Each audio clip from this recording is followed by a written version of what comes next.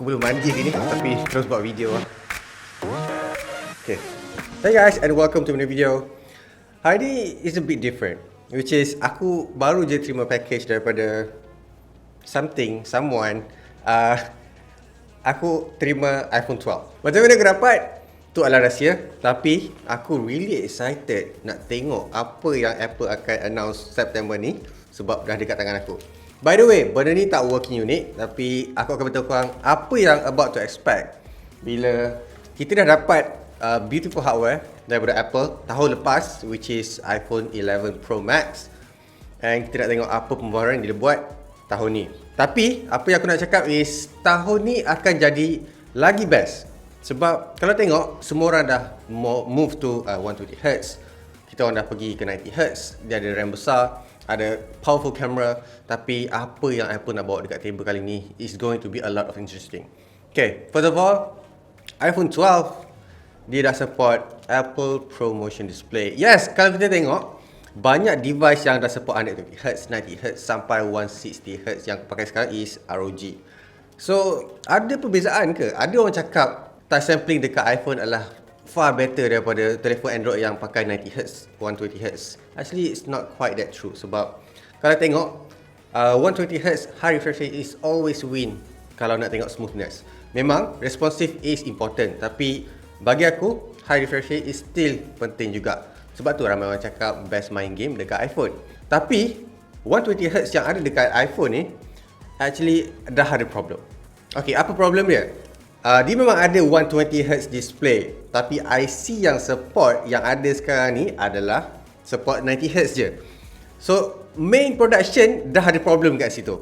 So Apple katanya akan overclock chip tu untuk support 120Hz. Kenapa Apple actually dah ada 120Hz? Tapi banyak orang sekarang ni tengah komplain, brand-brand tengah komplain, even aku sendiri komplain, 120Hz screen display akan makan bateri, and bateri always tak long last. Kau bayangkan sampai orang letak 5000 mAh, 6000 mAh just to use that 120Hz. So nampak tak? Apple macam nak break the recipe lah, nak tengok, nak cari mana yang lagi better nak letak 120Hz, especially dekat phone yang boleh kata tahun lepas je dia naikkan mAh. Kalau tengok tahun ni, mungkin dia akan turunkan bateri tu. Okay, apa proof aku cakap macam ni? This is not the first time dia buang bateri mAh tau. Tengok dekat iPhone XS. Sebelum ni iPhone X lagi besar daripada iPhone XS. It's not going to be a surprise to us especially. Fazli, confirm ke 120Hz ni? Kita dah ada leak video, kita dah ada leak foto, kita dah ada leak sources. So sekarang ni memang confirm iPhone 12 akan support ProMotion Display. Finally ada dekat iPhone. Tapi uniknya dekat sini is dia pakai AMOLED. Dia pakai OLED screen. Dibuat oleh LG dan juga Samsung. Tapi ada a few variant. Kalau kita tengok dekat sini kan, aku ada dua kan. Ada iPhone 12 yang murah, ada iPhone 12 yang premium. And the good thing is, dua-dua line up ni akan pakai OLED, which is kalau tengok dekat iPhone 11, dia just pakai IPS lagi. Tapi kali ni dah pakai OLED, tapi manufacturer yang berlainan. Nampak perbezaan kat situ. Tapi screen resolution is still going to be the same lah. That's the point. Alright, next is notch dekat atas ni finally akan jadi kecil. No, kalau tengok dekat video leak tu, notch is still the same. Apple tak buat apa-apa perubahan, and this is like the third year untuk Apple guna design notch. Not surprised benda ni akan last a decade, sebab Apple sendiri cakap design ni akan last a decade. To reveal a product that will set the path for technology for the next decade.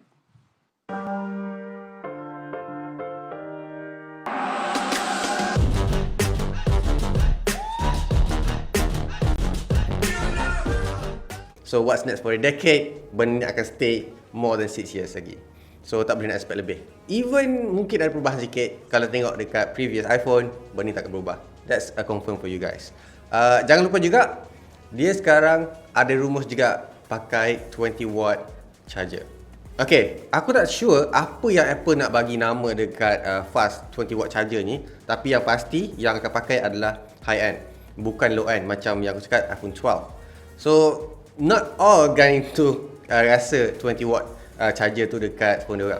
Aku expect actually bila pakai 20 watt charger ni bolehlah dipakai USB-C, move to benda yang lagi better and ada future lah. Tapi dia still pakai juga lightning connector. Makes me kind of sad, to be honest. Apple, please move to USB Type-C this time. Ada juga benda-benda yang abnormal dekat iPhone 12 punya demo set ni, which is dekat bahagian kanan ni ada macam satu slot ataupun benda yang tak nampak sangat. Orang cakap macam untuk dock connector untuk buat macam desktop mode, tapi aku tak sure Apple akan buat macam tu sebab dia dah ada PC, dah ada tablet. So benda ni usually dia takkan buat sebab that's not the selling point of this phone untuk buat, unless kalau dia macam betul-betul nak move macam Microsoft or even Android. Tu je. Tapi kalau tengok balik dekat iOS 14, it's still possible but not at this current time. Tu je. Ada juga rumours yang kata Apple akan guna portless design. So akan guna proprietary lagi tapi bukan wireless charging. Mungkin macam magnetized kind of charger yang boleh support 20 watt charger tu. Sebab kita tahu benda ni akan lose orang kata power bila pakai wireless charging. So this time it's going to be different and kita memang clueless sikit. Actually, rumours dekat September ni akan lagi banyak and accurate, but most of the time rasanya Apple pandai gila-gila dia simpan rahsia. Oh, lupa nak cakap, iPhone 12 sekarang design dia macam lagi petak daripada biasa. Kalau tengok balik dekat iPhone 11 Pro Max, macam it's a bit round the edges, selesa nak pegang. Ada orang suka design ni sebab dia design lama macam iPhone 5, iPhone 4 kan. And design ni macam more fokus dekat aluminium. Tapi kita tengok balik iPhone 11 ni dia memang pakai stainless steel. Hopefully Apple akan kekalkan premium pakai stainless steel sebab tak banyak yang pakai stainless steel sekarang and rasa lagi berat, heavy and more dense bila ada dekat phone. Kau suka ke dengan design macam ni? To be honest with you guys, aku rasa okay je, tak ada masalah sebab lagipun dia boleh stand macam tu kan. Boleh kata nostalgic juga. Tapi kita dah lama tak ada design baru.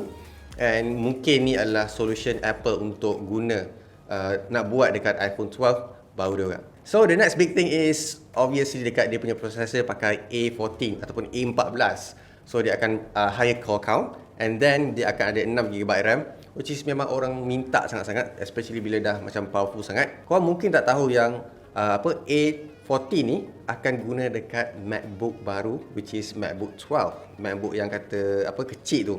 So, ramai yang beli macam prosesor M5 daripada Intel.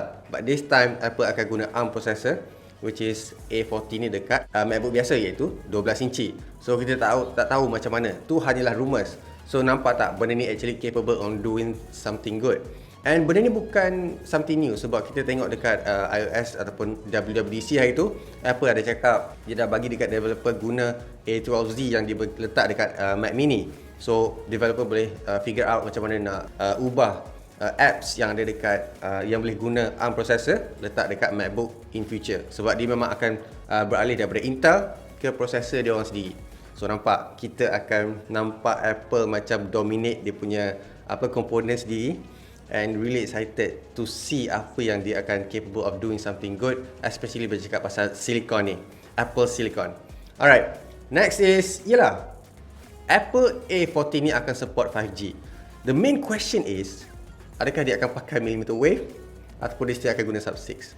Sebab kita tahu kan, masa mula-mula 4G LTE dulu announce, dia bagi pilihan nak turn off 4G LTE so that you can save battery life ataupun you nak on je. Sebab masa tu kita ada isu panas bila pakai 4G LTE, dia macam search rangkaian ataupun line 4G tu, so buat telefon yang panas. So kita tak tahu macam mana 5G ni akan roll out dekat iOS 14 especially. So kita akan tengok in future mungkin ada masalah tu lagi sebab kita masih lagi baru dengan 5G. Next is harga. Ada rumours juga kata Apple akan kurangkan harga dekat iPhone 12 and aku tak rasa macam tu. Contoh aku boleh bagi dia dah ada 120Hz display, dia buat R&D and buat chip dia sendiri untuk guna untuk jimatkan bateri. So aku pasti juga harga dekat situ dah tak turun dah. And then dia punya line 5G tu, it's not cheap man. Kalau tengok dekat Android phone yang harga murah tu, bila dia sebut je 5G, automatically akan mahal.